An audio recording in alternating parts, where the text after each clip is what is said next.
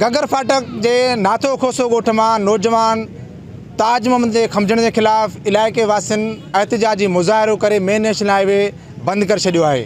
असीं मौजूद आहियूं गगर फाटक में।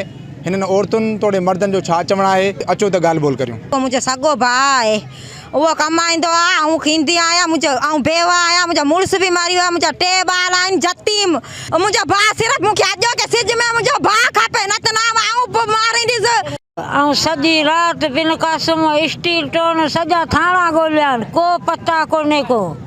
करम ख़ान लाशारी जो ड्राइवर आहे। इहा महिरबानी करियो, को न को पता मूं माउ खे ॾियो। मां सॼी राति परेशान, सॼी राति क़ुरान लोॾियो आहे मां, त किथां ई मुंहिंजे पुट जी का ख़बर पए। हले कहिड़ी वजह बेगुनाह जेके चोर आहिनि उहे सभु बीठा आहिनि। ग़रीब गोप कुतो जो चरियो वेचारो सॼो ॾींहुं टेलो हलाए भेण जतीम के घर।